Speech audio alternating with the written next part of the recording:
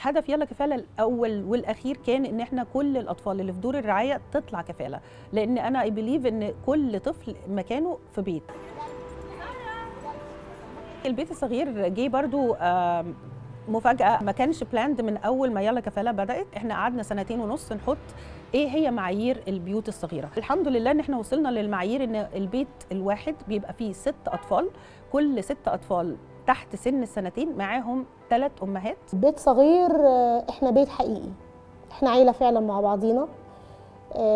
عدد الاطفال قليل فنقدر نديهم الاهتمام الكافي ليهم. عندنا العيله بتاعتنا، عندنا تيتا وعندنا خالته وعندنا اخواتنا الكبار. انا ما ينفعش ان انا اطبق كل حاجه على ال6 اطفال زي بعض، كل طفل ليه احتياجاته وليه شخصيته وليه اسلوبه في التعليم، فكل واحد لازم اتعامل معاه زي ما هو محتاج مني انا دلوقتي. يعني ايه ام بديله؟ هي ام لكل طفل فاقد الرعايه الوالديه. بقوم بكل مهام الام، بس انا اقوم ارفع راسي مع المخده يبتدوا يعملوا كده، انا قمت فينزلوا ورايا من على السرير.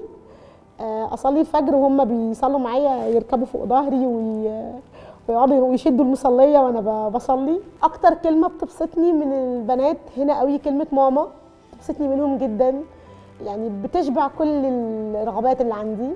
وبعدين بقى لما عزه بقى، لو في حاجه عزه يعني اللي هو يعني انت ازاي بتعملي كده او انت ازاي بتقولي كده. هو ليهم برايفسي، ما حدش يروح يخبط عليهم في اي وقت حتى من الموظفين.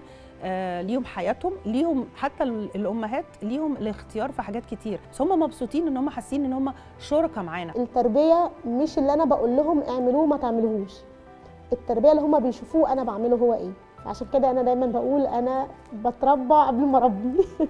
رسالتي لاي واحده عايزه تبقى ام بديله اقول لها ما تخافيش، ربنا ما خليهاش تبقى بنت بطني بس هي بنت قلبي.